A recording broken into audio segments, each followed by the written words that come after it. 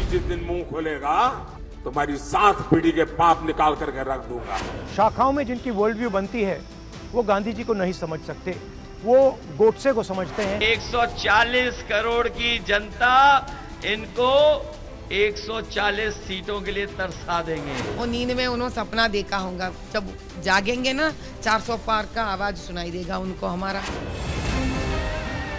7वें चरण का प्रचार थम चुका है, लेकिन राजनीतिक दलों की धड़कन अभी तक बढ़ी हुई है। चुनाव का ये राउंड किसी चक्रव्यूह से कम नहीं है, जिसमें 8 राज्यों की 57 सीटें दांव पर लगी हैं। साथ ही दांव पर लगी है 904 महारथियों की प्रतिष्ठा, जिसमें से कई तो ऐसे हैं जिन्होंने अब तक हार का स्वाद नहीं चखा है, क्योंकि प्रधानमंत्री मोदी के संसदीय क्षेत्र वाराणसी और यूपी के मुख्यमंत्री योगी आदित्यनाथ के गढ़ गोरखपुर से लेकर बीजेपी के प्रभाव वाली सीटों की परीक्षा इसी चरण में होनी है। यही वजह है कि प्रचार थमने तक बीजेपी अपनी पूरी ताकत झोंक रही है।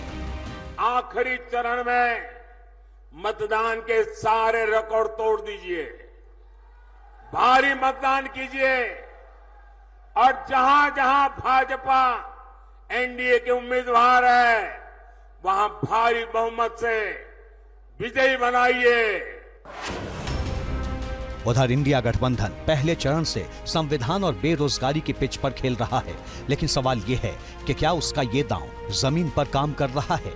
ये पहला चुनाव है जहां बीजेपी के नेताओं ने कहा है कि हम इस संविधान को फाड़ के फेंक देंगे। भाई और बहनों, ये जो संविधान है ये आपकी आवाज है, और मैं नरेंद्र मोदी और उनके चमचों को कहना चाहता हूं कि दुनिया में कोई शक्ति इस संविधान को छू तक नहीं सकती है। जो लोग 400 पार का नारा दे रहे थे, बताओ 7वें चरण तक आते आते वो नारा अपना भूल गए कि नहीं भूल गए। डर सता रहा है कि कहीं 400 ना हार जाए। हम लोग बाद में समझ में आया कि 400 पार का मतलब हुआ कि 543 में 400 पार मतलब 143 सीटें। वैसे 24 के महाभारत का ये आखिरी राउंड बीजेपी के लिए सबसे अहम है।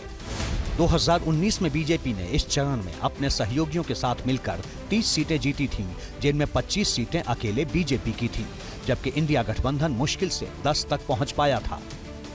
जिससे एक बात साफ है कि ये राउंड बीजेपी के दबदबे वाला है, क्योंकि बीजेपी ने अपना प्रदर्शन दोहराया तो उसे रोकना मुश्किल हो जाएगा।